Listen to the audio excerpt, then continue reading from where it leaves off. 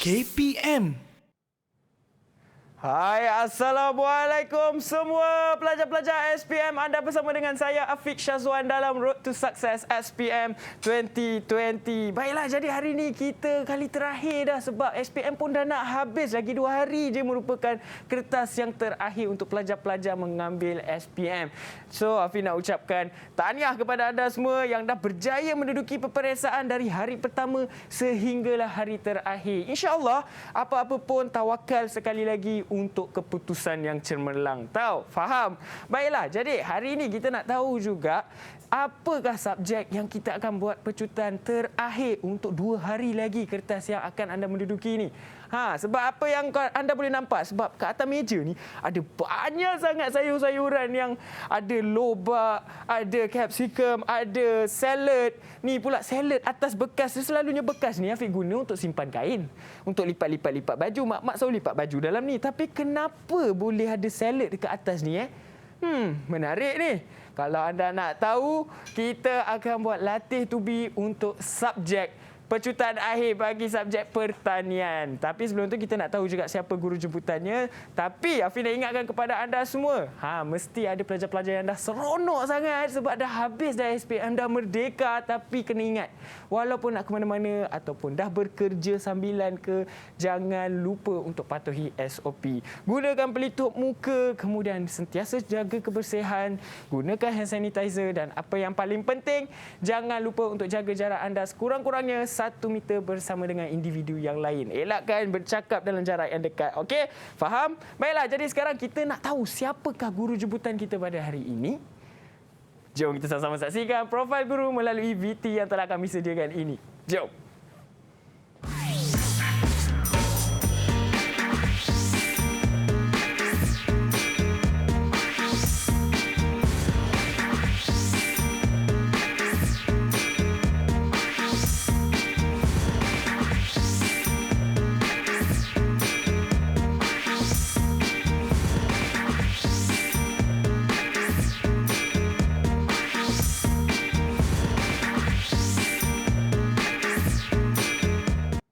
Itulah dia cikgu jemputan kita pada hari ini. Jauh kita bawa, terbangkan dari Sarawak. Hello cikgu, apa khabar? Sehat? Cikgu Enz. Yes, cikgu Enz. Okey, jadi sebenarnya nak sebut nama cikgu paling manja macam mana sebenarnya? Panggil cikgu Enz lah. Cikgu Enz lah. Enz. Enz. Enz. Okey, baiklah. Jadi cikgu, saya nak tanya dulu, kenapa banyak sangat sayur? Kemudian kenapa salad tu diletakkan di atas bekas tu, ataupun sebenarnya ada kegunaan penting? Okey. Tadi kan sebut pasal bakul kan? Cikgu curi bakul ni. Cikgu curi Afiq punya bakul. Okey, nanti saya cek kat rumah ada lagi ke tak? Okey, yang ini kita panggil aeroponik. Aeroponik. Ini adalah urban farming lah. Baik. So kalau kita tak cukup tanah, tinggal di flat ke, tinggal di apartmen ke, kita boleh buat sendirilah. Sebab ini cikgu buat sendiri ni. Cikgu buat sendiri? Cikgu boleh angkat tak dalam dia? Sebab boleh. Nak tengok juga kan? Tapi tak dapat angkat sebab yang banyak air atas ni. Banyak air? Banyak air. Berat ni, berat. Okey. Saya cuba. Kita angkat belah depan. Okey. Macam ni ya. Okey. Untuk aeroponik, kita menggunakan semburan. Secara semburan iaitu menggunakan mis. Dan di dalam ini, air ini dibekalkan dengan air baja. Okey. Kemudian akar dia akan berjuntai. So tak dapat angkat sangat sebab takut dia terjatuh. Ada benda dia. Tak apa cikgu. Okay. Baik. Baiklah, jadi sekarang kalau kita nak tahu dengan lebih lanjut macam mana kegunaan penanaman moden sebenarnya ni kan cikgu ya? Moden. Okey, tapi sebelum tu cikgu, kita ni pelajar-pelajar akan menduduki peperiksaan subjek pertanian. Cikgu, ada tak apa-apa pesanan buat pelajar kita sebelum kita mulakan latih tubi kita pada hari ini? Okey, untuk semua pelajar ataupun calon-calon SPM dan guru-guru pertanian di seluruh Malaysia, okey, hari ini cikgu akan menerangkan teknik menjawab soalan macam mana kita nak tackle markah. Kita bukan setakat tackle masa main bola ke, masa main futsal ke. Main futsal lah. Main. Okey. So hari ini cikgu akan terangkan macam mana kita nak tackle markah untuk bahagian B. Okey. Baiklah. Sebab bahagian B adalah bahagian yang mana kita memerlukan pemikiran lah. Hot, kebat. Itu. Jadi tiada pemilihan jawapan di bahagian B. Tidak ada pemilihan jawapan. Baiklah. Jadi sekarang cikgu, saya nak bawa cikgu ke meja sebelah sana untuk patuhi SOP. Kita gunakan hand sanitizer dan cikgu pun dah boleh buka mask sebab cikgu nak akan mula mengajar sebentar nanti. Baik cikgu, mari ikut saya ke meja sebelah sini. Okey, cikgu boleh gunakan hand sanitizer. Silakan cikgu. Okay. Kena jarak satu Kena meter. jarak 1 meter. Nak Ya, bayar betul. tak 10,000?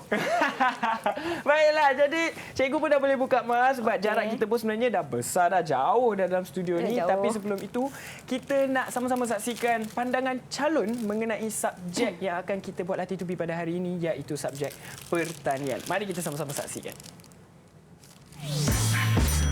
Didik TV KPM. Elvin Franklin, anak David dari Sekolah Menengah Kebangsaan Mandamit Limbang, Sarawak. Saya minat topik sains tanah kerana saya suka mempelajari sifat-sifat tanah. Tetapi, saya kurang faham bagi topik peternakan poultry kerana saya masih keliru dengan sistem-sistem peternakan poultry. Saya berharap saya tidak lagi keliru selepas mengikuti teknik menjawab soalan SPM ini dan dapat memperbaiki topik-topik lain yang saya lemah. Elva Nessa Silve dari SMK Menamit Limbang, Sarawak.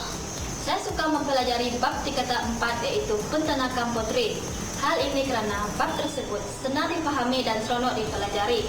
Tetapi saya kurang memahami bab tingkatan 5 iaitu sains tumbuhan, terutamanya fisiologi tumbuhan. Saya berharap saya dapat membaiki kelemahan saya selepas mengikuti teknik menjawab soalan SPM. Nama saya Mumtaz Musa Anak Anthony. Saya dari SMK Mendamit Limbang, Sarawak.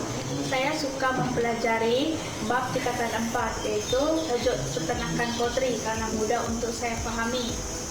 Tetapi saya kurang faham akan bab tingkatan 5 iaitu sains tumbuhan dan pengeluaran tanaman.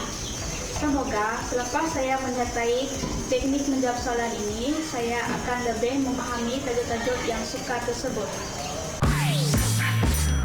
Didik TV KPM.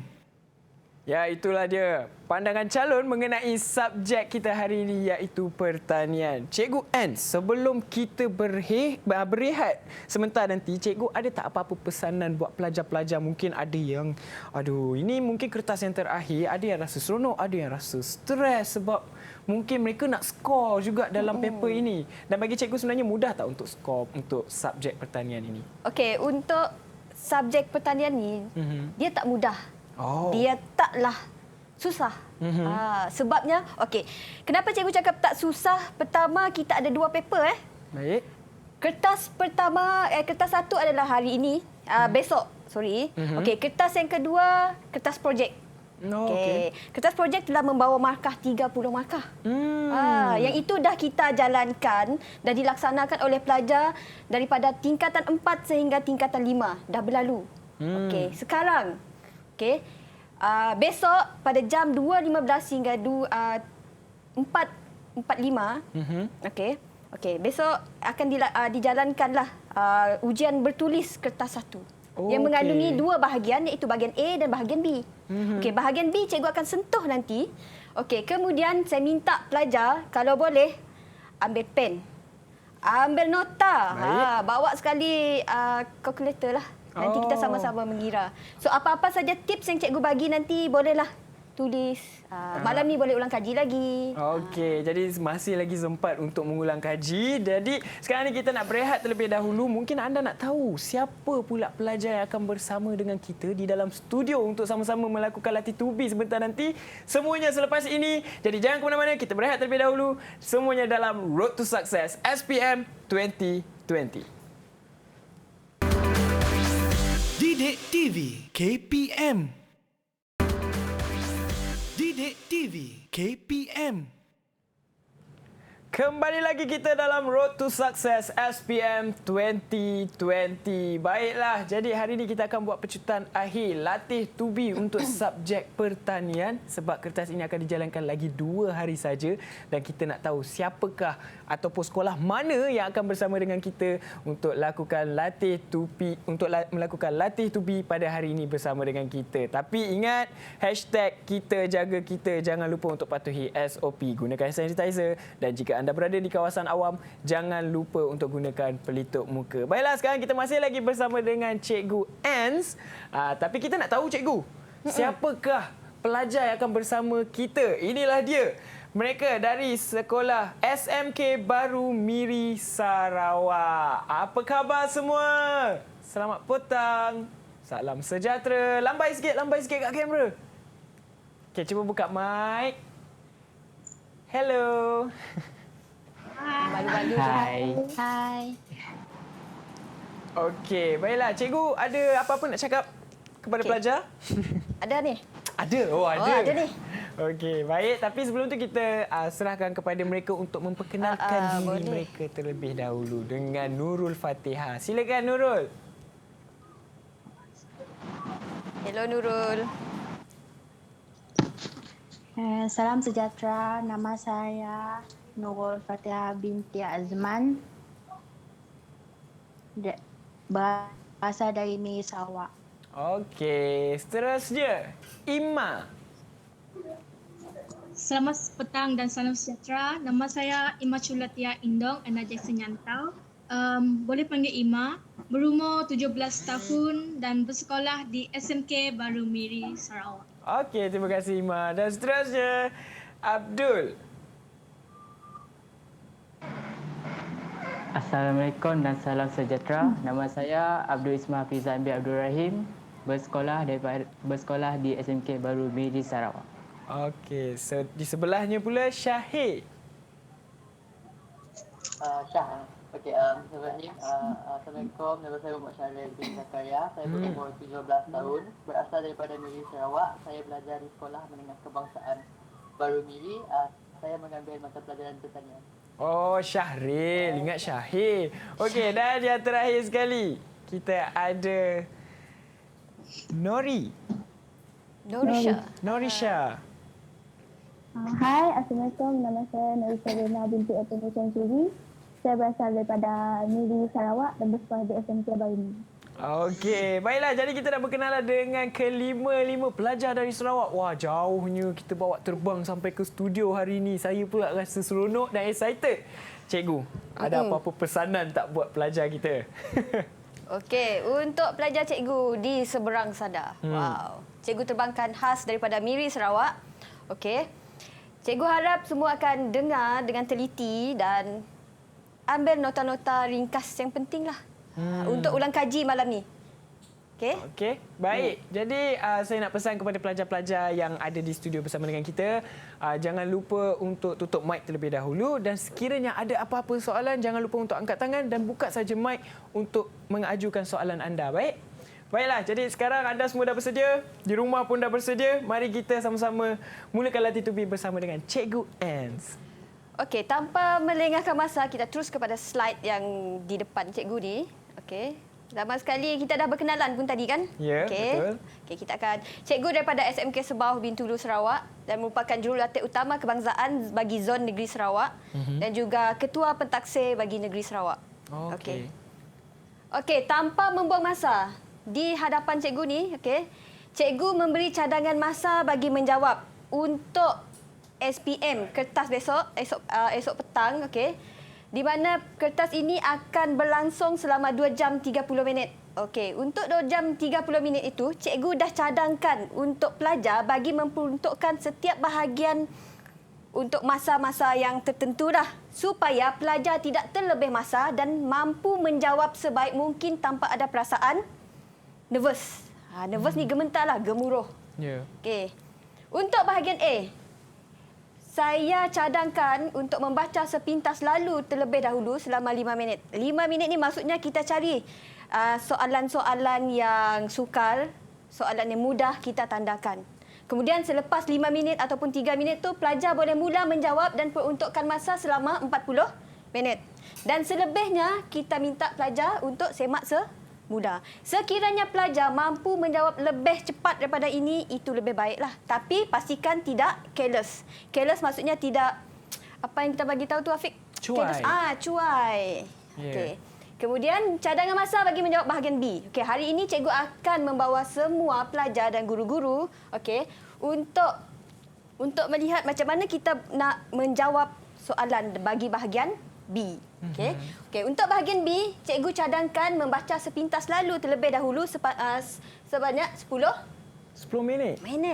Kenapa? Sebab bahagian B ini ianya merupakan soalan ada 4. 4 soalan dan wajib jawab semua. Okey. Jadi kita kena pelajar, cikgu cadangkan ni 10 minit, kita baca dulu.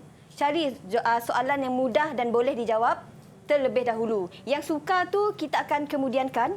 Okey. Bila dah boleh jawab nanti kita pergi ke bahagian yang seterusnya. Okey, tengok ni 60 minit untuk 4 soalan. Maksudnya satu soalan kita peruntukkan 15 minit. Okey. Dan semak semula 20 minit. Baiklah, Okey, jadi Afiq. cikgu dah terangkan pengurusan masa di situ. Pengurusan masa. Okey, kita pergi ke seterusnya iaitu format pentafsiran pertanian. Okey, seperti yang cikgu terangkan tadi, kita ada 2 kertas.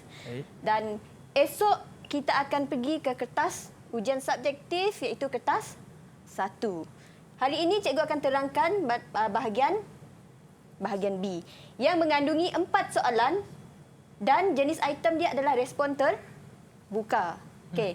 Dan konstruk dia adalah memahami, mengaplikasi, menganalisis, menilai, mencipta. Yang mana setiap satu soalan itu dia akan merangkumi semua konstruk ini. Mungkin 2 konstruk akan bergabung dalam setiap satu soalan itulah. Boleh? Boleh. Boleh pelajar cikgu? Boleh pelajar? Boleh. Boleh. Berikan angguk tu. Okey, dan seterusnya ini merupakan analisis tajuk pertanian. Cikgu tak bawa soalan ramalan, cikgu tak bawa soalan-soalan untuk esok, tapi cikgu bawa analisis saja. Okey, untuk analisis seperti yang kita tahu untuk pertanian KSSM kohort pertama menduduki peperiksaan adalah pada tahun 2018. Okey, ada 2 kertas telah berlangsung, telah dilaksanakan dan tahun ini merupakan tahun SPM kali ketiga untuk kurikulum baharu iaitu KSSM. Okey, kalau kita perhatikan di sini, pertanian ada 4 tajuk. Dan 4 tajuk ini memang akan disoal. Cumanya soalan itu tidak akan berulang. Tidak berlaku ulangan soalan. Dia cuma akan topik yang sama, topik yang sama tetapi soalan dia mungkin berbeza-beza. Oleh itu cikgu tak boleh nak ramal soalan, tak boleh nak push pelajar untuk satu-satu topik itulah. Sebab soalan itu adalah soalan yang sentiasa berubah. Okey, baik. Okey. Kita tengok apa kesilapan dan kelemahan pelajar menjawab soalan bahagian B ni. Okey. Jawapan tidak memenuhi kehendak soalan. Soalan minta pelajar jawab untuk contohnya kita minta jawab untuk terangkan bagaimana untuk mengawal serangan perosak. Tetapi pelajar jawab benda lain. Itu yang menyebabkan jawapan tidak memenuhi kehendak soalan. Bila tidak memahami kehendak soalan, itu yang berlaku di sini. Jelas? Kemudian fakta dan huraian tidak lengkap. Okey. Untuk bahagian B, sekiranya diminta terangkan, contohnya diminta kita terangkan 2 amalan, tetapi pelajar bagi 1 amalan. Kemudian huraian dia cuma 1. Tak lengkap. Sebab kalau 2 amalan, maksudnya terangkan 2 amalan. Maksudnya 2 fakta, 2 huraian. Okey, yang ini nanti cikgu akan terangkanlah. Okey, yang ini tidak menunjukkan cara jalan kerja. Maksudnya di sini, okey, yang ini menunjukkan bila pelajar diminta untuk mengira, pelajar terus bagi jawapan daripada kluster kayangan. Contoh, maksud cikgu kluster kayangan ni kenapa? Okey. Okey, kluster kayangan contohnya jawapan tu tiba-tiba jatuh. Maksudnya pelajar, okey ini terus bagi jawapan. Okey, yang ini kosong sebab tak ada jalan kerja. Baik. Kemudian pengiraan ataupun jalan kerja yang salah. Jalan kerja salah, kita tidak akan bagi markah. Okey ya. Okey. Dah tadi cikgu dah terangkan format sudah, analisis sudah. Lepas tu apa lagi tadi Afiq? Tadi kita dah pengurusan masa pun sudah. Apa lagi tadi tu? Kesilapan dan kelemahan. Okey, sekarang cikgu akan bawakan contoh-contoh bagi soalan bahagian B. Untuk bahagian B ni, okey, cikgu akan terangkan macam mana kita nak tackle markah tu. Macam mana kita nak jawab markah tu.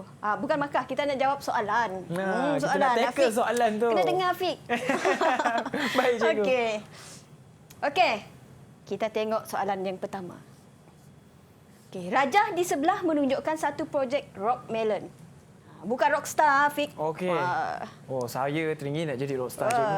Tak sekarang dah jadi star. Kita belajar rock melon. Okey. Untuk soalan ini, kalau kita perhatikan, okey, kita tengok markah. 2 markah, betul? Kemudian 2 markah lagi, 6 markah. Dan kita tengok ada gambar rajah. Gambar rajah ini biasanya ada kaitan dengan soalan. Okey. Bukannya album kita nak tengok ke LMJ kah? Kenangan lalu masa silam. Bukan yang itu, cikgu. Bukan. Baik. Okey, yang ini okey, kita kembali pula kepada soalan. Okey, untuk yang ini pelajar-pelajar, okey, kita kaitkan soalan dengan gambar rajah. Okey, kita tengok. Kenal pasti 2 amalan. Ada nampak 2 amalan? Ya. Dia minta 2 amalan dan kata kuncinya apa? Kenal pasti. Kenal pasti. Okey, Syah. Syah. Mana Syah ni? Dengan Syah? Okey, kalau kenal pasti apa yang rasa-rasanya Syah? Tengok gambar rajah. Kita tengok gambar rajah. Kita nak kenal pastikan apa 2 amalan ni, Syah? Boleh bagi nanti, Syah? Boleh? Okey, Syah dekatkan mic dengan... Kuatkan sikit suara, Syah. Tak dengar, Syah? Boleh? Okey. Kalau cikgu minta kena pasti 2 amalan pertanian, rasa-rasanya Syah rasa apa yang sesuai itu, Syah? Bagi 1 cukup, Syah. 2 amalan pertanian. Pengairan. Sistem pengairan. Pengairan apa tu, Syah? Kalau Syah nampak di situ amalan dia. Pengairan titisan. Okey, pengairan titisan. Okey. Thank you, Syah. Okey, nampaknya Syah memang bagi perhatian ni. Bagus pelajar SMK baru ni. Okey, kita kenal pasti maksudnya kita tak perlu bagi huraian. Kemudian kalau kita minta terangkan 1 amalan, 1 kaedah, kita tengok sini. Dia minta 2 markah, betul? Betul. Maksudnya 1 fakta, kita akan minta 1 huraian. Dan terangkan 3 kaedah, ada nampak di sini 6 markah? 6 markah maksudnya 3 fakta dan 3 huraian. Pandai. Oh, baik. Patut pakai baju hijau hari ni. Pakai baju sekolah hari ni. Okey, kita tengok jawapan dia. Baik. Okey. Untuk yang ini, jawapan yang pertama tadi, okey, kita boleh bagi jawapan dia adalah sungkupan. Okey, kita boleh nampak di sini sungkupan. Lindungan hujan, yang ini kita panggil lindungan hujan. Kemudian sokongan di sini. Rock melon ni dia jenis yang melilit tau. Kita tak boleh bagi dia lilit satu sama lain. Dia bukan kek lapis. Dia tak boleh kek lapis. Tak boleh. Cikgu dari Sarawak dia cerita kek lapis pula. Jadi kita letak, kita tengok sini. Baik. Dan satu lagi pengairan titisan. Itu adalah amalan yang digunakan oleh petani tadi. Jadi antara yang boleh kita bagi jawapan adalah inilah. Antara jawapannya. Okey. Boleh faham? Faham. Okey, sebelum itu cikgu minta Abdul. Handsome boy. Okey, Abdul. Boleh terangkan dengan 1 kaedah pengairan, Abdul? Apa rasa-rasa jawapannya, Abdul? Pengairan titisan. Pengairan titisan. Okey, kita tengok betul tidak? Lagi? Apa rasa-rasanya penerangan yang sesuai ni, Abdul? Air dan baja dibekalkan bersama penggunaan air yang efisien. Air itu terus dibekalkan ke pangkal pokok yang memudahkan pekerja tanpa membuang masa. Okey. Betul lah. Rasa-rasa Afiq betul ke, Afiq? Saya rasa macam jawapan dia agak lengkap. Agak lengkap. Dia mesti study ni kan besok. Besok dah SPM memang patut lengkap. Pelajar A ni. Baik. Okey, kita tengok jawapan dia. Betul. Tak sia-sia belajar siang malam ni, Abdul. Ini confirm A+. Ini confirm A+. Okey, doa tu doa. Ya, betul. Okey. Jawapan ini, terangkan 1 kaedah pengairan, dah terang lagi bersuluh. Memang dia adalah pengairan titisan. Yang kita belajar tingkatan 5 adalah aeroponik. Yang ini aeroponik. Okey, titisan. Dan satu lagi adalah hidroponik NFT. Okey, untuk yang ini kita nampak ini adalah pengairan titisan. Ini kita bagi satu iaitu fakta. Dan kita nampak ni 2 markah. Maksudnya kita perlukan satu huraian. Air dan baja ataupun kalau pelajar lupa apa pengairan titisan, nama selain pengairan titisan ini adalah sistem fertigasi, iaitu gabungan fertilizer dengan irrigation. So bila digabungkan itu yang menyebabkan dia dinamakan fertigasi. So pelajar boleh mudahlah fertilizer baja, betul? Betul. Irrigation, sistem pengairan. Dari situ pelajar dah dapat idea, tak perlu hafal kita dah dapat. Senang tak, Fik? Senang. Senang. Dan jawapan lain kita boleh tengok di sini.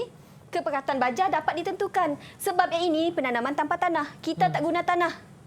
Kita guna baja A, baja B yang telah dilarutkan bersama. Dan di situ dia akan dibekalkan terus melalui sistem ni menggunakan dripper dan terus ke pangkal akar. Dia tak boleh jauh daripada akar. Akar pun mana boleh berjalan kan? Lari pun tak boleh. Betul. Manusia boleh. Saya yang lari kalau tengok akar berlari. Baik. Okey, ini kepekatan baja dapat ditentukan. Okey. Ya. Okey, kita tengok kaedah mencegah serangan perosak. Okey, kalau kita tengok soalan tadi, okey. Kita tengok soalan tadi ya. Soalan adalah pokok mula berbuah. Yang kita pelajari ada 7 serangan perosak. Okey, 7 serangan perosak kita cari yang apa nama? Yang berkaitan mula berbuah. Apa yang boleh kita bagi jawapan di sini adalah, okey, kita tengok dulu. Okey, cikgu nak minta siapa ni ya? Okey, cikgu hello, minta Ima. siapa? Ima ni pelajar Iban lah, berbangsa Iban. Okey, Ima bagi cikgu contoh-contoh kaedah mencegah serangan perosak. Bagi contoh saja Ima, 3 cukup. Okey, silakan Ima. Contoh fizikal.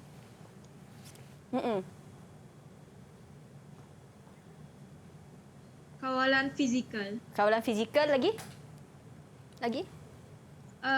Kawalan kultur. Kawalan kultur. Okey, thank you Ima. Okey. Dan ini pun sama. Okey, cikgu nak terangkan. Okey, soalan tadi dia minta kaedah mencegah serangan perosak. Dalam serangan perosak itu dia minta pokok mula berbuah. Ada 7. Jadi, cikgu akan keluarkan 5 yang boleh digunakan sebagai jawapan. Tetapi soalan dia bagi apa? Dia minta 3 fakta. So, 3 fakta, 3 huraian, pelajar akan dapat markah penuh. Kita bergantung kepada soalan tadi ya. Jadi, yang cikgu bagi mungkin, yang ini adalah soalan yang kita boleh bagi berkait dengan jawapan tadi, jawapan kepada soalan. Okey, 1, kawalan kultur. Okey. Yang kedua, kawalan kimia. Okey.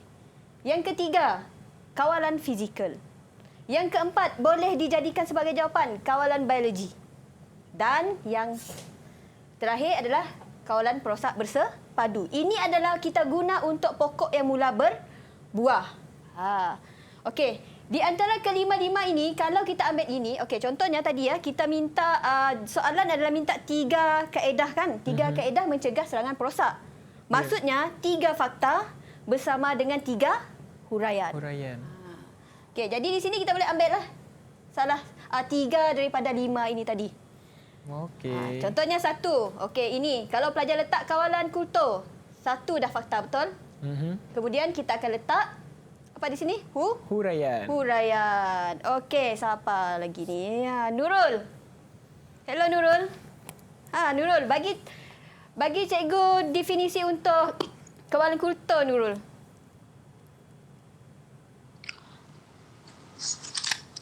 Kawalan kultur ialah kawalan yang mengganggu perkembangan hidupan perosak. Betul. Okey, betul lah Nurul, betul lah kawalan kultur ni. Tapi pelajar kena terangkan lebih details lah di sini. Maksudnya kawalan kultur adalah kawalan yang mana kita mengganggu sistem perosak tersebut. Contohnya yang ini. Perosak ada di dalam ni. Okey, bila kita menggembur tanah, kita akan membalikkan tanah tersebut. Bila balikkan, okey, serangga perosak yang dah hidup senang lenang di bawah. Cikgu bagi penerangan untuk bagi lebih fahamlah. Bila dia dah bersenang lenang di bawah tu, bila kita gembur, kita balikkan, suhu itu akan berubah. Bila berubah, okey, serangga ini tadi akan matilah terkena cahaya matahari. Yeah. Macam kita lah dah seronok-seronok kan dalam ni aircon. Bila kita ditendang keluar di suhu yang agak panas, kita akan rasa tak sesuai lah suhu tersebut. Itu yang menyebabkan kita mati. Tetapi penerangan dari segi pertanian pula lain.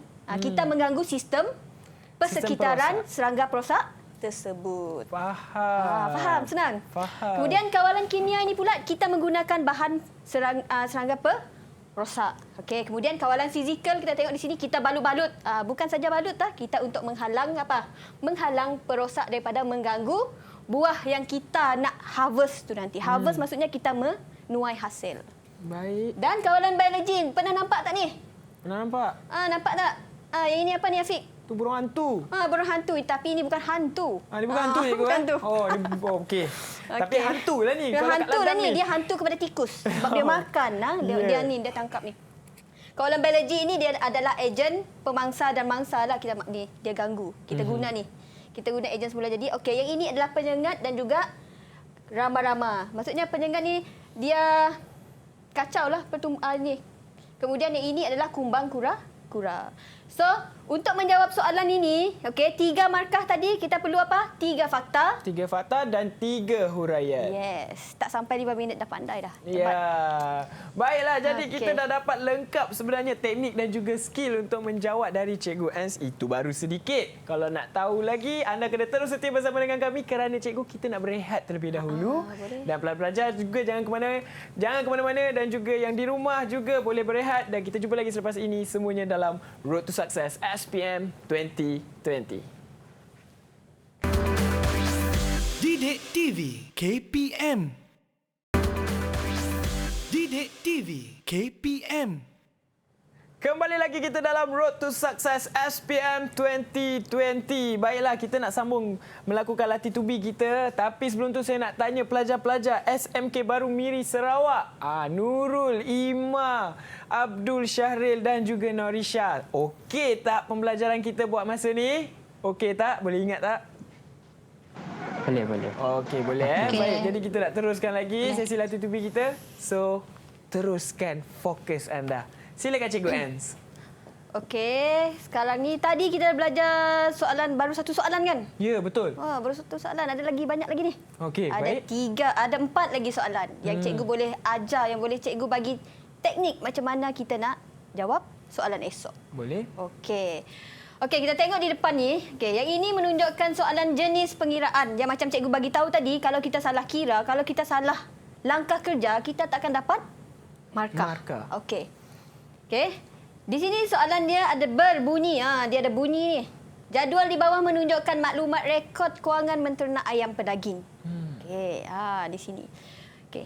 Soalan sediakan penyata untung rugi. Okey, yang ini bukan soalan berkaitan dengan belanjawan. Macam mana kita nak bezakan soalan berkaitan dengan penyata untung rugi ataupun belanjawan? Okey, untuk penyata untung rugi, kita tidak akan bekalkan dengan kos luar jangka. Tidak ada kos luar jangka. Ataupun ayat di situ tidak ada berbunyi anggaran. Itu adalah soalan untuk penyata untung rugi. Tetapi kalau soalan dia merupakan soalan jenis belanjawan, ianya akan disediakan dengan ayat berbunyi anggaran pendapatan, anggaran perbelanjaan dan juga satu lagi adalah kita akan sediakan kos luar jangka. Itu adalah untuk soalan meminta kita buat belanjawan. Bajet macam bajet apa? Bajet negara 2020 begitu. Okey, baik. Okey Okey, kita kembali ke sini. Kita tengok di sini. Okey, soalan dia beri pendapatan. Ada berat ayam, ada harga hasil ladang, ada bilangan ayam. Ini untuk pendapatan. Kita cari pendapatan. Okey, tapi soalan ini belum lengkap lagi. Dan kemudian data daripada menternak ayam pedaging ini diberi lagi adalah anak ayam sehingga susut nilai peralatan. Okey. Bila kita dah diberi data, maklumat yang mengandungi rekod kewangan ni, kita akan link, kita akan kaitkan dengan soalan. Soalan yang pertama, bahagian A, sediakan penyata untung rugi. Dia minta penyata untung rugi. Mana kita kira pendapatan, kos berubah, kos tetap, jumlah perbelanjaan dan juga keuntungan. Dan jumlah markah yang di sini, kita tengok di sini. Di sini ada dua markah. 2 markah, 2 markah. Okey. Kemudian hitungan pulangan modal 2 markah juga. Okey, soalan ini mengandungi 15. Oops. Okey, soalan ini mengandungi apa-apa? 15 markah. Okey, kalau kita tengok di sini, okey, sediakan pernyataan untung rugi, pendapatan, kos berubah, kos tetap. Okey, di sini okey. Di sini kita kena kelaskan setiap data yang kita nampak di sini, okey. Kita kena kumpulkan dia di tempat yang betul. Maksudnya yang betul adalah siapa akan berada di dalam kos berubah, siapa akan berada di dalam kos tetap. Kita tak boleh letak dia di rumah yang berbeza. Di rumah yang salah, bilik yang salah. Tak boleh. Macam kita pergi tandas. Afiq pergi tandas. Perempuan. Salah. Dah salah dah kat situ. Dah salah dah. Saja tunjuk yang salah. Kalau cikgu pergi tandas lelaki. Kan dah betul. salah tu. Kan dah salah. Menjerit lelaki dalam tu, cikgu. Dia suka. Okey. Untuk yang ini, kalau kita pergi tengok kos berubah, kos tetap. Di sini kita kenal pasti yang mana satu kos berubah, yang mana satu kos tetap. Jumlah perbelanjaan nanti, kita akan tambah semua. Nanti cikgu akan bawalah tengok macam mana kita mengira. Kemudian pulangan modal, titikkan pulangan modal ini, dia ada formula dia sendiri. Kita tak boleh main letak. Kalau kita main letak, pengiraan salah. Bila salah, apa yang akan berlaku? Markah pun kosong. Okey, untuk di sini, untuk di sini nanti kalau kita salah letak item, kita salah letak item yang sepatutnya kos berubah, pelajar letak di dalam kos tetap. Item yang berada di dalam kos tetap, pelajar letak di dalam kos berubah. Apa yang akan berlaku? Markah anda akan berubah. Sepatutnya dapat berapa markah di sini? 10 markah. Pelajar cuma akan dapat 6 markah. Okey. Di sini, pelajar akan kehilangan berapa markah? 4 markah. 4. Sayang markah. 1 markah boleh membezakan A plus dengan A. Dan 1 markah juga boleh membezakan B plus dengan A minus. Okey, kita tengok di sini. Sediakan pernyataan untung rugi. Okey, macam mana kita nak dapatkan pendapatan? Okey, sebelum itu, pagi tadi cikgu dapat mesej ni, awal pagi. Pelajar tanya, cikgu, macam mana kita nak cari kuantiti hasil? Okey, pelajar, kalau kita nak cari kuantiti hasil, kita jangan darab dengan harga hasil ni ataupun harga seunit. Sebab kalau kita darab dengan harga seunit, itu akan membawa kepada pendapatan. Kuantiti hasil, kita ambil berat, berat seekor ataupun berat seunit itu, kita darab dengan bilangan ayam. Bilangan tu. Jangan darab dengan harga seunit. Kalau darab saja harga seunit, dengan berat, dengan bilangan, itu akan menjadi kepada pendapatan. Kalau kita nak kuantiti hasil, jangan darab dengan harga ni. Paling senang adalah, kuantiti adalah dia ada unit gram. Gram ataupun kg. Dia tidak ada wujudnya RM ni. So, bila RM, maksudnya pelajar dah kira pendapatan. Jelas? Jelas pelajar SMK baru? Yang di rumah pun jelas? Yang di rumah jelas? Okey, cikgu agak jelas. Okey, kita pergi kepada soalan seterusnya. Okey, jawapannya jelas. Okey, pendapatan. Di sini. Cikgu bagi ini supaya pelajar tahu dari mana datangnya ini semua. Supaya tidak confuse. Tetapi esok, pelajar tak perlu tulis ni pun tak apa. Terus kepada ini. Tetapi mesti betul lah, mesti betul. Okey, unit jangan lupa. Unit, ada nampak cikgu letak unit? Dan jawapannya RM 128,250. Pendapatan. Tengok, banyak tu, ratusan ribu. Boleh beli satu rumah kos rendah dah. 128,250. Boleh. Okey. Cikgu ulang. Untuk besok, pelajar tak perlu buat ni pun tak apa. Tak perlu tulis ni. Kita ambil sini saja pun dah okey. Kemudian kita tengok kos berubah. Okey, kos berubah.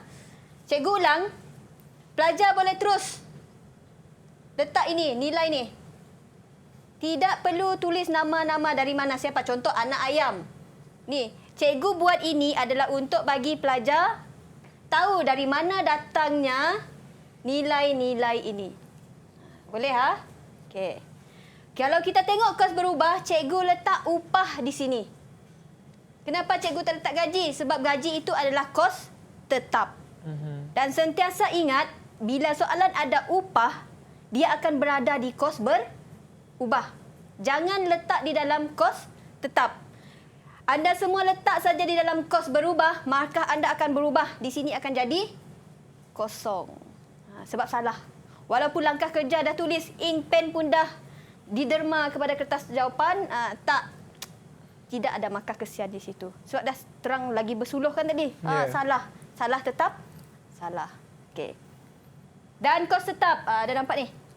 Gaji pengurus. Kalau gaji, kita akan letak di dalam kos Tetap.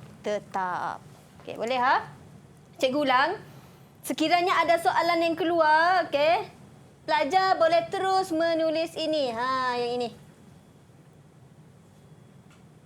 Tidak perlu untuk ini tak perlu. Ini cikgu letak supaya pelajar faham dari mana datangnya nilai ratusan ribu ni, dari mana datang puluhan ribu ni cikgu. Okey.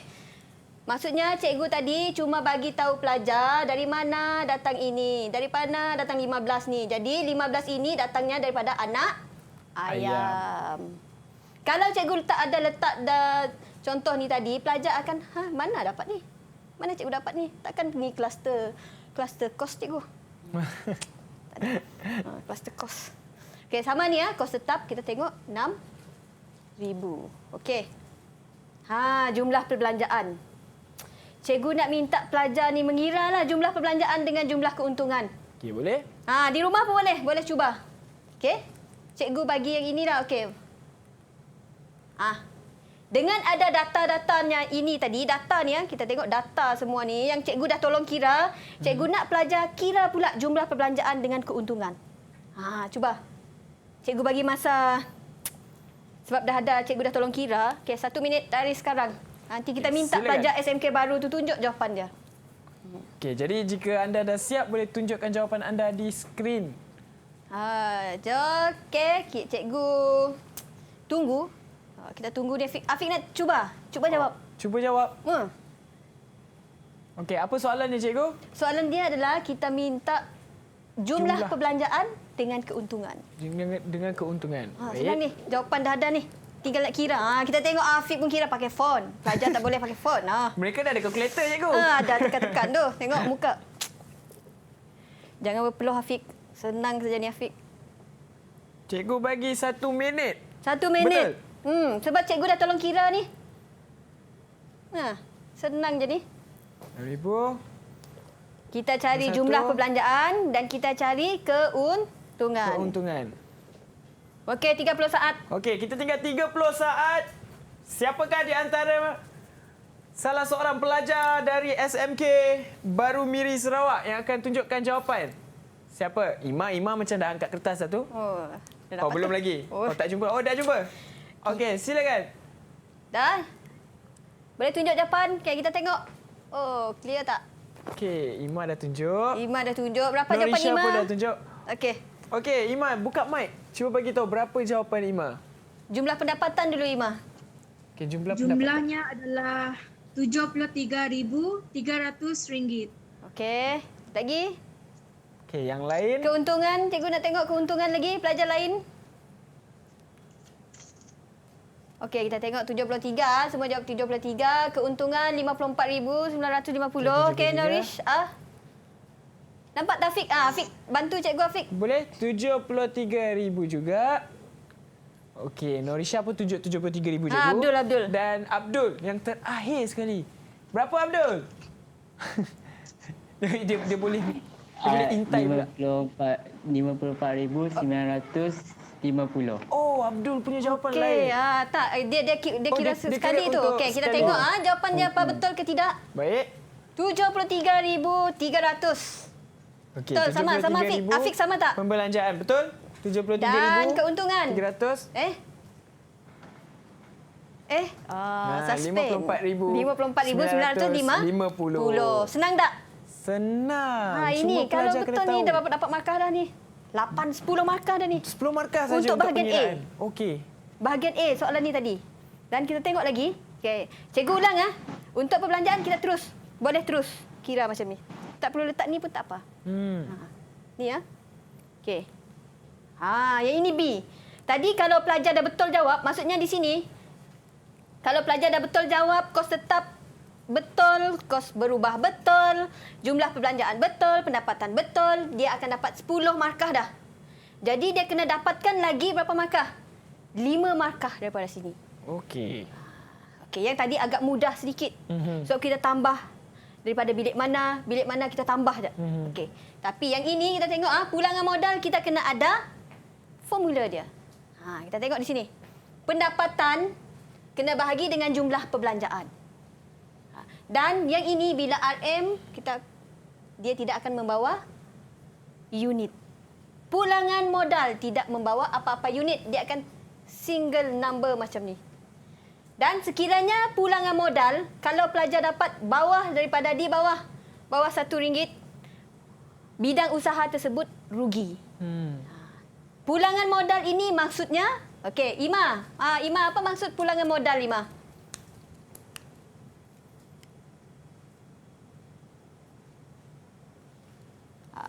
Tak dengar, Ima. Yang ini pulangan modal ni. Okey. Pulangan ringgit setiap Pulangan modal. Maksudnya apa, Ima? Harga yang dilabor. Apa? Pulangan modal Supaya maksudnya adalah, okey. Apa yang kita dapat ni, kita tengok di sini ya. Pulangan setiap ringgit yang dilabor. Maksudnya pulangan setiap ringgit yang dilabor di sini adalah bidang usaha ini dia membawa pulangan setiap ringgit yang dilabor itu sebanyak 1.75. Maksudnya dia bukan bawa RM1. Kalau kita labor RM10 contohnya, kita kena darab ni lah. Kita akan dapat lebih daripada RM10. Maksudnya pulangan setiap ringgit yang dilabor. Dan titik pulangan modal ini, kita tengok dua markah ni kita kena kira dan kita kena tahu apa formula dia.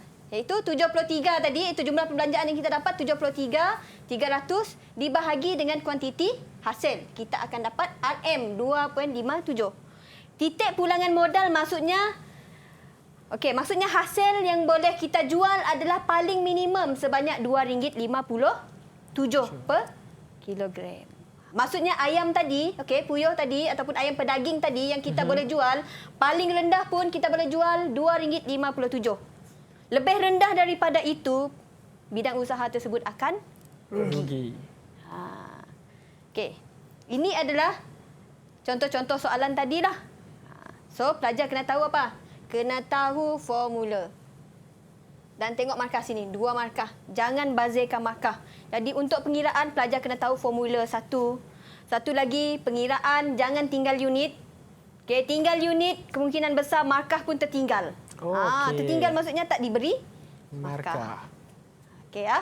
Dan soalan yang terakhir, hitungkan keuntungan satu bidang usaha jika pengusaha tersebut mempunyai modal 200. 200. Maksudnya, kalau kita tengok di sini modal dia, 200 diberi. Dia minta jika pengusaha mempunyai modal 200,000 ya, cikgu? 200,000. Jadi macam mana kita nak kira? Kenapa cikgu darab dengan modal ni? Kenapa cikgu darab dengan PM? Cikgu darab dengan PM sebab tadi yang cikgu bagi tahu, RM1 yang dilabor, dia akan menghasilkan 1.75, betul? Ya, betul. Dan sekiranya kita diberi 200,000, kita kena darab dengan pulangan modal tadi. Kita anggap, kita diberi situasi yang sama. Cuma, Afiq, cikgu akan beri 200,000. Baik. Dalam 200,000 tu, kita dah tahu keuntungan yang diberi kita akan dapat ada RM1.75, betul? Betul. So, kita akan darab. Sebab tu modal yang baru tadi kita darab dengan pulangan PM ni, kita akan dapat 350,000, betul? Kemudian kita akan tolak dengan jumlah perbelanjaan tadi. Dan keuntungan yang kita akan dapat ni adalah 276,700. Maksudnya lebih besar daripada yang tadi. Daripada yang sebelumnya. Yang sebelum ni. Boleh? Boleh. Maksudnya di sini cikgu ulang. Sekiranya soalan hitungkan keuntungan satu bidang usaha jika pengusaha mempunyai modal 200, kita akan darab modal tersebut dengan yang dah kita kira. PM yang dah dikira tadi, kita kaitkan dengan PM ni, kita darab, kemudian kita tolak dengan jumlah perbelanjaan dan kita akan dapat keuntungan sekiranya diberi modal yang baru iaitu 200,000. Ingat tak? Baik, jadi pelajar perlu mengingat formula, cikgu. Cikgu perlu ingat formula, kemudian perlu tahu dari mana kita nak ambil jawapan-jawapan tersebut, dari mana kita nak guna info-info tersebut. Baik. Okey. Yang ini. Okey. Tunggu dulu ya. Okey, kita tengok di sini. Okey, soalan seterusnya adalah berkaitan dengan Rajah menunjukkan carta bar trend harga kelapa sawit dalam tempoh berapa bulan? 5 bulan. Okey. Untuk soalan ini adalah soalan menganalisis. Kita menganalisis graf. Okey. Dan kita akan buat perbandingan di sini daripada Ogos, September, Oktober, November hingga Disember. Ada nampak? Okey. Seperti yang cikgu bagi tahu tadi, apabila sesuatu graf ataupun apabila sesuatu gambar rajah diberi, itu merupakan panduan bagi kita untuk menjawab soalan. Okey, untuk soalan ini, kita akan minta pelajar untuk menjawab soalan berkaitan dengan perubahan harga ataupun trend perubahan itu, harga tu. Okey, kita tengok soalan terlebih dahulu. Okey, soalan ada 3 di sini daripada soalan A sehingga soalan C. Soalan yang pertama membawa markah 4 markah. Soalan yang kedua pun 4 markah dan soalan yang ketiga pun 4 markah. Okey, untuk di sini kita tengok terangkan trend harga jualan kelapa sawit. Okey, untuk yang ini, biasanya jawapan yang cikgu selalu jumpa pelajar menjawab, dia anggap soalan ni soalan senang. Kalau Afiq pun cikgu rasa memang Afiq akan rasa senang soalan ni. Tapi dia ada skill dia ada kemahiran dia sendiri macam mana kita nak jawab soalan ni. Kita tak boleh hentam kromo untuk jawab soalan ni. Baik. Kita kena bagi tahu kenapa dan mengapa soalan ini, mengapa keadaan ini berubah. Nampak? Turun, naik, turun, naik, turun, naik. Kalau kita jawab contoh, bulan Ogos dia menurun. Pelajar mungkin jawab, pada bulan Ogos harga kelapa sawit turun kepada harga RM5.50. Kemudian pelajar pun bagi tahu lagi. Kemudian pada bulan Oktober, harga kelapa sawit naik. Sangat ringkas kan? Sebab kita kena tahu soalan bahagian B ini soalan yang agak kita memerlukan daya fikirlah. Maksudnya kita memerlukan kemahiran berfikir aras tinggi, hot. Jadi setiap ini kenapa dia berubah turun naik ini kita kena ceritakan kenapa dia naik, kenapa dia turun, kenapa dia naik lagi. Okey, baiklah. Jadi cikgu akan cuba bertanya dengan pelajar nanti. Ya. Tapi sebelum tu mungkin kita bagi peluang untuk pelajar-pelajar tekun dulu pada soalan yang akan diajukan oleh cikgu sebentar nanti sebab sekarang kita akan berehat terlebih dahulu. Jadi anda semua boleh take time dulu, prepare dengan jawapan anda sendiri di rumah dan kita jumpa lagi selepas ini semuanya dalam Road to Success SPM 2020. Didik TV KPM. Adakah anda akan menduduki peperiksaan? Cuba tip ini ketika belajar. Ikuti rutin dengan makan dan tidur sekitar waktu yang sama setiap hari. Dapatkan tidur yang secukupnya. Hal yang demikian memberi masa kepada otak berehat dan mengingat apa yang telah anda pelajari. Beri diri ganjaran sebaik sahaja mencapai matlamat belajar anda. Antaranya menonton rancangan televisyen atau berlari. Terus fokus kepada kajian anda. Jangan biarkan perkara lain seperti kebimbangan persahabatan mengalih perhatian anda. Elakkan makanan ringan. Ia akan meningkatkan tenaga secara tiba-tiba dan kemudian cepat hilang sehingga anda mudah berasa letih. Makan makanan yang seimbang. Banyakkan buah segar, sayur-sayuran, bijiran, biji-bijian, kacang-kacangan dan protein yang sememangnya baik untuk otak serta meningkatkan tenaga. Luangkan masa untuk berehat. Cubalah beberapa aktiviti ringkas seperti menarik nafas lega, bermeditasi atau mendengar muzik. Mengurangkan minuman bertenaga yang boleh meningkatkan saraf Sebolehnya minum banyak air. Sekiranya anda berasa tertekan dengan peperiksaan, anda tidak bersendirian. Bercakap dengan seseorang dan cari jalan untuk mengatasi perasaan itu semasa peperiksaan. Selamat beramal dan selamat mencuba.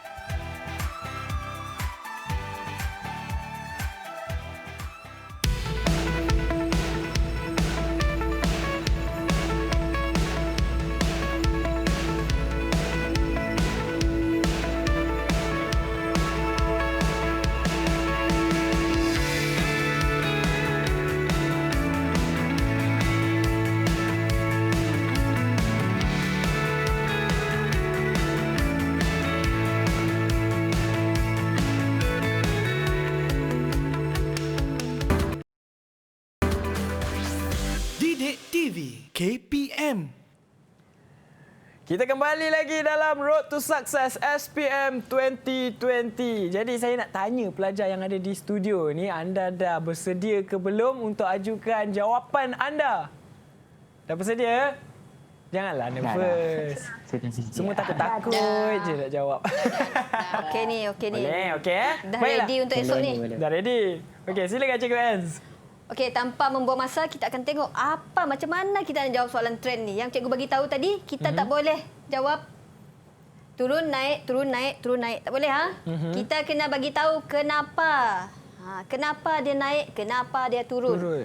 Dan kita kena tahulah siapa faktor yang menyebabkan peningkatan harga, siapa lagi faktor yang menyebabkan penurunan harga. Okey, tanpa membuang masa, kita terus ke slide seterusnya. Baik. Okey, sebelum tu kita tengok dulu jawapan Syaril. Syaril, apa jawapan yang pertama Syaril? Okay, bagi cikgu jawapan, kenapa bulan Ogos ini dia turun?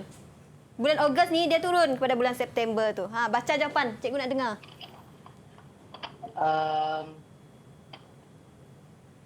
Baca. Dia tunjuk Baca. Merujuk kepada carta bar trend harga kelapa sawit dalam tempoh 5 bulan pada bulan Ogos, harga jualan kelapa sawit adalah RM7 kilogram. Seterusnya pada bulan September pula menurun kepada RM5.50. Penurunan harga kelapa sawit ini menurun secara peningkatan harga kelapa sawit ini menurun secara mendadak adalah kerana pengeluaran kelapa sawit yang tidak terurus sehingga berlakunya lambakan di pasaran. Okey. Seterusnya. Okey Cikgu minta yang Ogos sampai September tadi Syah. Oh ya. Okey, boleh Okey, kita tengok jawapan dia. Ini yang cikgu bagi tahu tadi. Macam yang Syah bagi tahu tadi tu dah kira betul dah. Betul dah Okey. Jadi bila kita tengok soalan macam ni, graf ni, okey, pelajar-pelajar di luar sana dan yang bersama cikgu sekarang ni, okey, kita kena bagi tahu kenapa. Dan ini sebab dia. Penurunan ini mungkin disebabkan oleh, okey, secara mendadak mungkin disebabkan oleh pengeluaran hasil sawit yang tidak terkawal sehingga berlaku lambakan di pasaran. Bila lambakan berlaku di pasaran, apa yang menyebabkan harga ni tadi? Dia akan harga turun sebab dia banyak. Bila banyak, harga itu akan menjadi lebih murah. Okey. Kita tengok di sini Harga jualan kelapa sawit adalah sebanyak RM7. Turun pada bulan September kepada RM5.50 sekilogram. Kenapa? Kita pun bagi tahu sebab. Sebabnya adalah disebabkan oleh pengeluaran hasil sawit yang tidak terkawal sehingga berlaku lambakan di pasaran. Baik. Yang kedua, kita tengok. Kita kena ceritakan satu-satu ni Yang kedua, walau bagaimanapun, kita nampak di sini kita kena bagi tahu trend ni kenapa dia turun, kenapa dia naik walau bagaimanapun berlaku peningkatan harga pada bulan Oktober. Nampak? Dia naik Oktober. Pada harga RM6.50 sekilogram. Kenapa? Ini mungkin disebabkan harga input pertanian meningkat. Sekaligus menyebabkan harga di pasaran meningkat. Jadi maksudnya bila kita jawab soalan ini, kita kena bagi tahu sebab kenapa berlakunya situasi ini. Dan kita tengok lagi, kita tengok macam mana kita menjawab lagi Oktober kepada November. November turun, betul? Pada bulan November berlaku sedikit penurunan. Kita kena bagi tahulah. Data tu kena bagi tahu. Tengok data ni. Baik. 5%. Dia turun 5%, betul? Okey. Hal ini kita kena bagi tahu kenapa. Hal ini mungkin disebabkan oleh berlaku implikasi daripada lebihan hasil menyebabkan penawaran harga rendah bagi menarik perhatian pembeli. Maksudnya kita kena bagi tahu. Kena bagi tahu kenapa keadaan situasi ini berubah. Jadi pelajar perlu memberikan penerangan yang lebih teliti. Yes, lebih teliti. Maksudnya kita kena bagi tahu. Kita tak boleh bagi tahu macam ni. Ogos dia turun pada harga RM5.50. Kemudian September dia naik, turun, naik, turun, naik. Kalau macam itu soalan, cikgu rasa mungkin pelajar akan dapat 1 markah saja.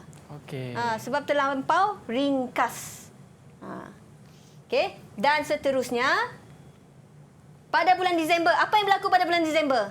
Biasanya mesti akan naik punya sebab mesti naik sebab ramai pembeli yang memerlukan. Satu, ramai pembeli. Satu lagi apa? Musim perayaan, musim cuti, musim kahwin.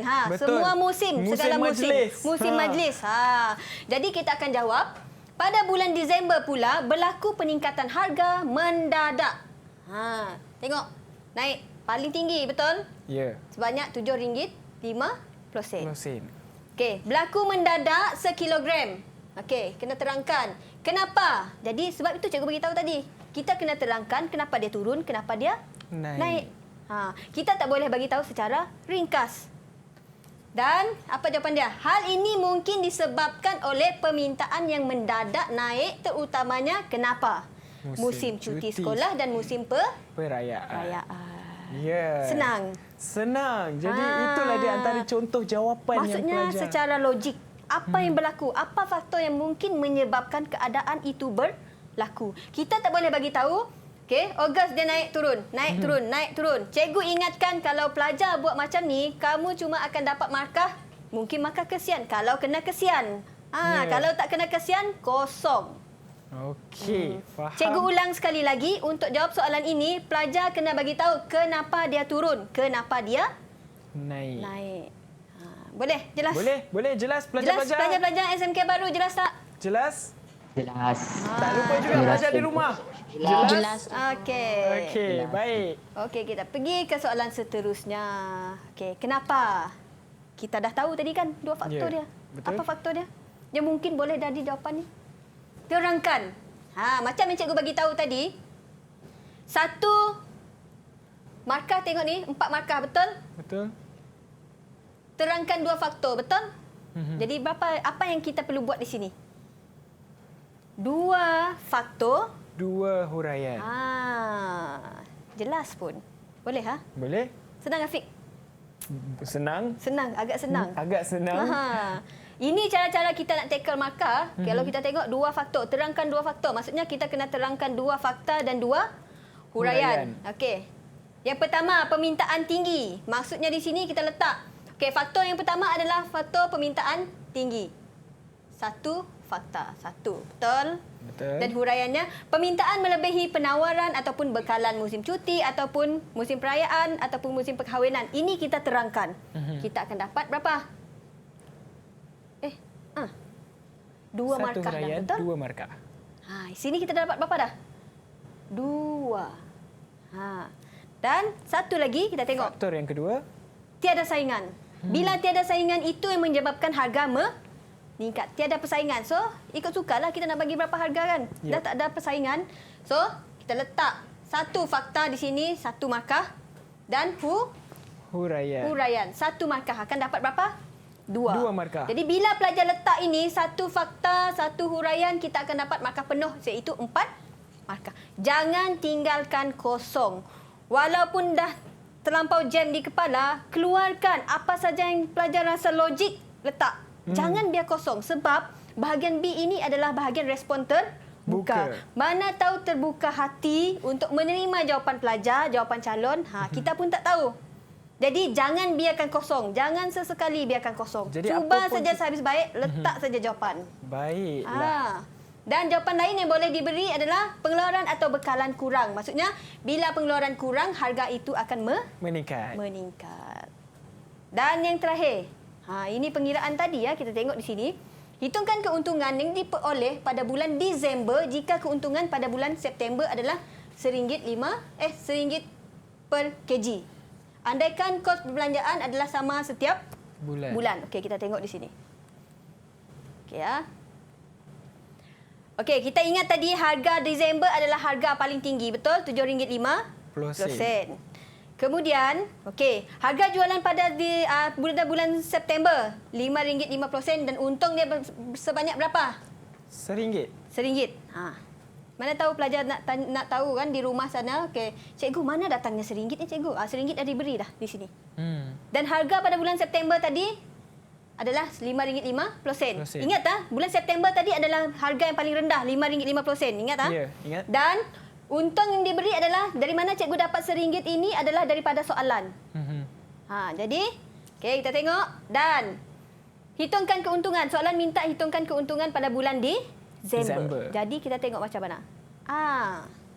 Pertama sekali, Disember adalah RM7.50. Dan dia minta pada bulan apa? Bulan September. Jadi kita main dengan September dan Disember sahaja. So, RM7.50 kita tolak dengan RM5, kita tambah lagi dengan RM1. Kenapa kita tambah RM1? Sebabnya soalan bagi tahu apa? RM1 sekilo. Kita untung pada bulan apa?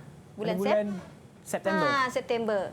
Jadi kita akan dapat kira-kira kita akan dapat RM3. Oh, macam tu je. Cikgu ulang cikgu ulang.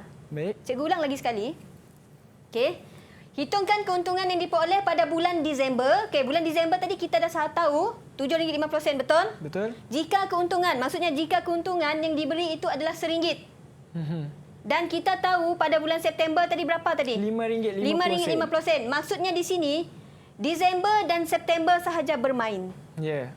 Sebab dia tak sebut bulan lain, betul? Betul. Okey. Jadi bulan September harga dia RM5.50 tetapi dia untung sebanyak RM1. Jadi kalau kita nak tengok keuntungan pada bulan Disember, jika keuntungan pada bulan September adalah RM1, okey. RM7.50 tolak dengan RM5.50, kita akan tambah RM1 dan kita akan dapat RM3. Dari mana datangnya RM1 ini cikgu? Daripada soalan. Kita tengok soalan dia boleh berubah-ubah. Jadi memang terpulang kepada pelajar macam mana kita nak bermain dengan data. Macam mana kita nak bermain dengan formula. Sebab kita tahu soalan sentiasa berubah-ubah dan tiada pengulangan soalan. Sebab itu latih to be sangat penting. Jadi boleh buat sentiasa latih to be supaya latih kita to be itu kena buat sentiasa supaya kita berjumpa dengan pelbagai soalan. Bila kita jumpa dengan pelbagai soalan, kita akan mahir dalam menjawab pelbagai soalan. Baiklah cikgu. Okey, soalan 4. Kita ada satu lagi soalan ni nanti. Kita ada 5 soalan Okey, soalan yang keempat. Soalan ini berkaitan dengan tanah. Sebab pertanian ni memang tak lari daripada tanah. Betul. Tanpa tanah, kita nak cakap apa pasal tanah? Bukan dia pasal kubur saja. Kita tanam sayur-sayuran kalau pertanian. Kita tak tanam orang. Kalau tanam orang tu lain cerita dah. Baik cikgu. Baik cikgu. Okey, untuk yang ini daya memegang air pada 2 jenis tanah. Okey, soalan adalah mengenaan dengan daya memegang air. Okey, kalau kita tengok di sini Afiq. Yang ini bukan span. Oh, bukan bukan span. Yang ini adalah tanah. Dan itu adalah saliran. Dan soalan adalah daya memegang air bagi 2 jenis tanah. Okey, daripada soalan kita nampak lagi soalan nyatakan. Ada nampak nyatakan? Dia ada minta penerangan tidak? Ada. Nyatakan jenis tanah. Ada minta penerangan tidak? Oh, tak ada. Nyatakan tak ada. Jadi saja. kita bagi fakta saja. Bagi fakta saja. Perlu tak bagi huraian? Tak perlu. Tak perlu. Jangan susahkan diri. Pelajar, kalau dia nak susahkan diri juga, dia letak okey, ini tanah ni jenis contohnya tanah pasir. Ini tanah liat cikgu. Okey. Lepas tu dia pun menghurai. Dapat makan lebih tak? Tak. Buang masa cikgu. Buang masa. Sebab soalan adalah nyatakan sahaja. Baik. Dah faham dah? Dah. Oi, hebat. Saya faham. Okey, dan ini tentukan tanah yang sesuai dipilih untuk tanaman. Okey. Dia minta tentukan, kemudian kita membuat perbandingan. Maksudnya kita kena buat perbandingan dua soalan ini. 2 tanah ini.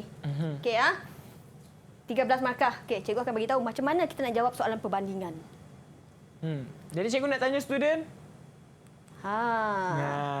Kita nak tanya siapa ni? Norisha, bukan, kejap. Siapa? Nurul. Nurul yang comel tu, comel lote. Okey, nanti cikgu tanya, Nurul. Cikgu nak tanya Nurul bahagian B ni nanti. Ready, Nurul? Okey. Untuk jawapan yang pertama, nyatakan jenis tanah, kita tak perlu bagi penerangan. Okey, kalau kita nampak pada gambar rajah tadi, kita nampak ni. Ini bukan titisan air mata. Ini adalah saliran air yang jatuh. Ini adalah kita tengok apa tu? Tanah pasir. Tanah pasir. X. Y, tanah liat. Kenapa? Sebab kalau kita nampak di sini, okey, saliran ini lebih baik daripada saliran Y. Maksudnya air itu lebih terus turun. Daya pegangan mana satu yang lebih kuat di sini? Okey, kita tunggu nanti ya. Baik. Okey. Jawapan dia ini. Okey, tentukan tanah yang sesuai. Okey, untuk yang ini, perbandingan ini kita boleh menggunakan jadual. Tetapi bila kita menggunakan jadual dalam menjawab soalan perbandingan, kita kena keluarkan ciri-ciri yang sesuai yang boleh merangkumi 13 markah. Bukan banyak senang tu. Nak dapat 13 markah tu. Banyak tu. Banyak tu. Yeah. Kalau silap, kalau setakat bagi 1-2 fakta tu susah nak dapat ni. Baik. Jadi paling senang, cikgu cadangkan paling senang kita nak jawab adalah kita menggunakan jadual. Dan kita kena tahu ciri-ciri yang sesuai yang digunakan untuk membandingkan kedua-dua jenis tanah. Sebab akhirnya nanti kita kena pilih tanah yang sesuai untuk memilih bagi tanaman apa, Afiq? Tanaman padi. Okey, Nurul, kita tengok jawapan Nurul. Nurul, keluarkan jawapan anda. Apa ciri-ciri yang sesuai? Okey, bagi jenis tanaman ini. Okey. Tanaman padi. Okay, silakan Nurul. Silakan Nurul.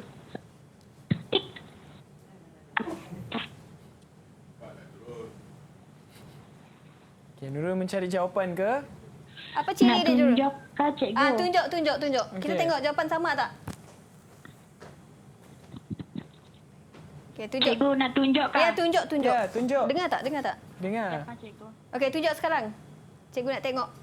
Sama tak? Sama tak dengan di depan ni? Sama tak? Sama tak jawapan? Nurul. Okay, Nurul mencari. Okey, Nurul. Kita tengok. Okey, nampak? Sama? Okey. Maksudnya ciri-ciri ini yang penting. Kita tengok Saiz kumin, jenis liang, saliran, daya pegangan air, saiz kumin, saliran, jenis liang, ruang rongga, kemudian keupayaan menakung air, jenis tanaman yang sesuai. Dan di sini kita tengok kalau daya pegangan air rendah, sangat tinggi. Ini adalah info, maksudnya maklumat macam mana kita buat perbandingan. Perbandingan kita boleh buat dalam jadual. Okey, Nurul. Okey. Kemudian di sini bila jawapan yang terakhirnya nanti kita kena sebut apakah yang sesuai. Daripada perbandingan ini barulah kita tahu yang ini adalah yang sesuai. Padi maksudnya tanah jenis Y. So tanah kita boleh menggunakan apa tadi, Afiq? Kita boleh buat perbandingan menggunakan jadual, tetapi kita kena tahu, kenal pastikan ciri-ciri yang untuk digunakan buat perbandingan. Okey. Soalan yang terakhir. Baik. Okey, soalan yang terakhir adalah soalan berkenaan dengan mencipta. Kalau kita tengok di sini mencipta, okey.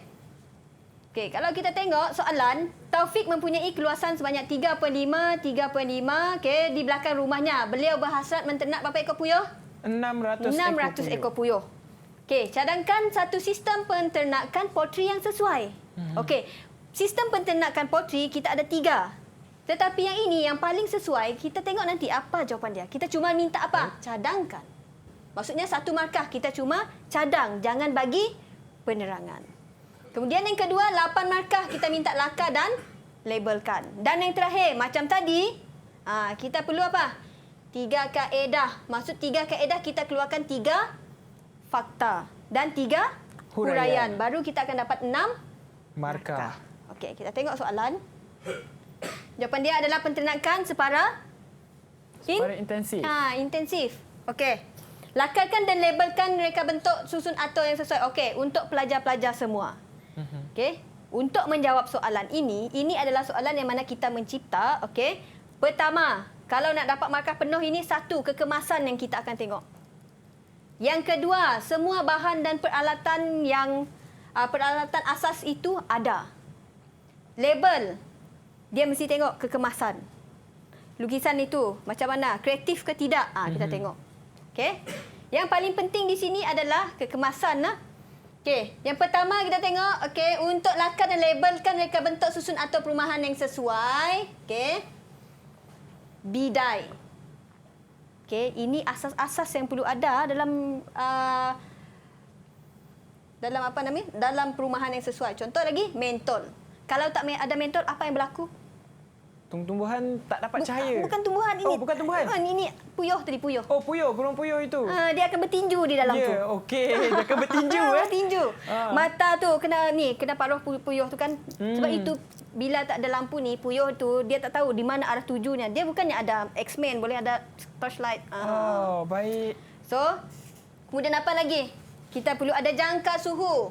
Ini benda-benda asas lah. Okay, kalau cikgu ulang untuk mencipta ni, satu dia perlu kekemasan. Baik. Yang kedua, kalau pelajar boleh kreatif, kita bagi inilah yang kreatif, yang kemas. Okey, pelajar akan dapat markah. Markah penuh, tengok 8. 8 tengok. markah. Susun dengan kemas di mana tempat ini berada. Baik. Kemudian pastikan garisan ini pun kemas. Nampak kemas tak? Nampak. Kemudian dia ada garisan melintang, garisan menegak. Kalau ini kita tak boleh guna cross macam ni.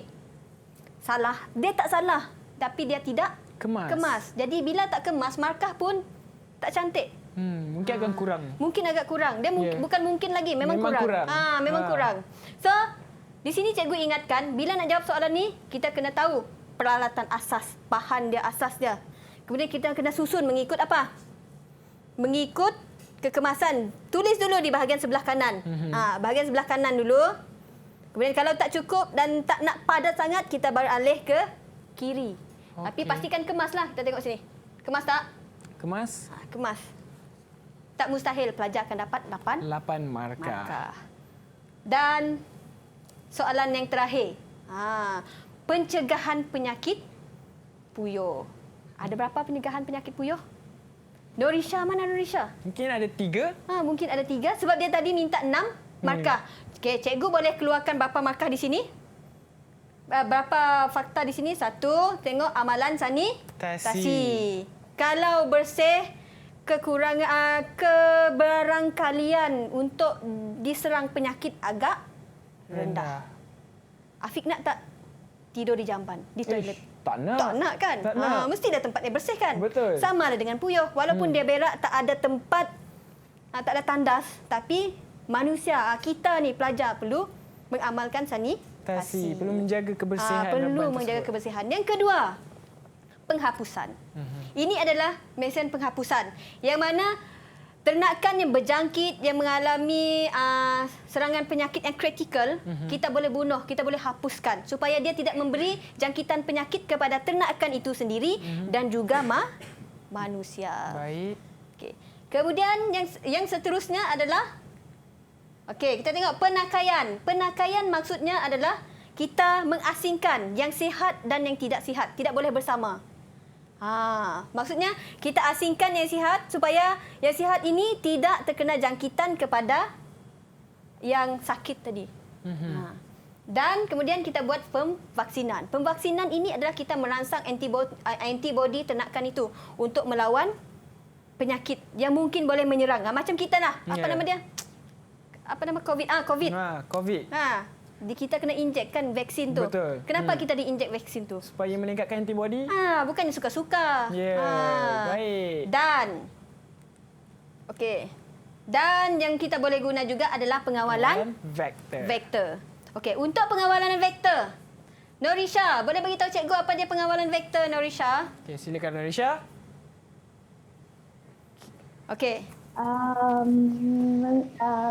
Menyusahkan ternakan yang penyakit. Pengawalan vektor. Pengawalan vektor adalah yang mana kita, pengawalan vektor ini adalah kita mengawal lipas ke, lalat ke, apa lagi? Langau ke. Langau ke. Daripada membawa penyakit. Jadi kita kena kawal ni. Jadi macam mana kita nak kawal? Inilah tadi.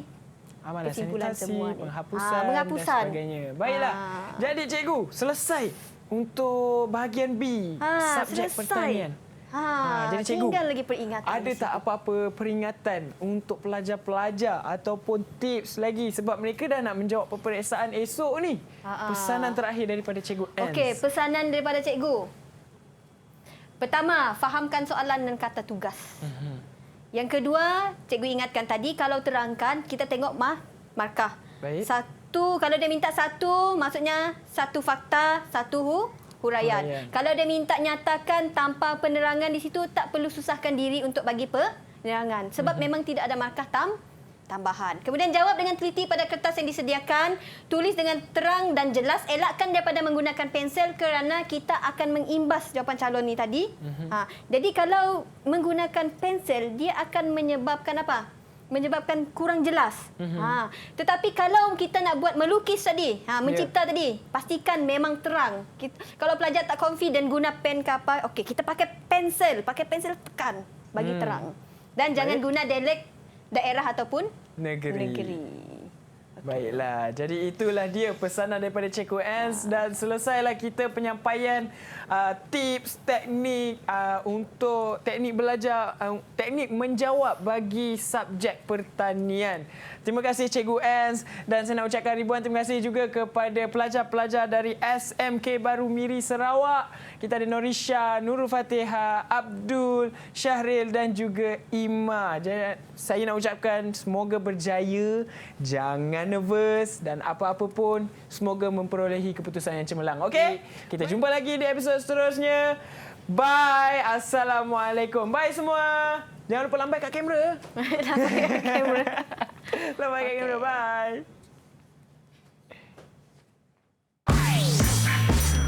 Didik TV KPM. Saya Jennifer, ibu kepada Juliana, Jonglin, berharap dan doakan agar anak saya dapat buat yang terbaik dalam SPM, seterusnya mendapat keputusan yang cemerlang. Begitu juga dengan semua pelajar SPM, SMK Medamit serta semua pelajar yang mengambil SPM di seluruh negara. Hai, nama saya Waroni Bulan, ibu kepada Mek Mazo. Berharap agar anak saya mendapat keputusan yang cemerlang tahun 2020. Dan saya juga mendoakan agar semua pelajar SPM, SMK Medamit serta semua pelajar yang mengambil SPM di seluruh negara mampu mencapai keputusan yang baik.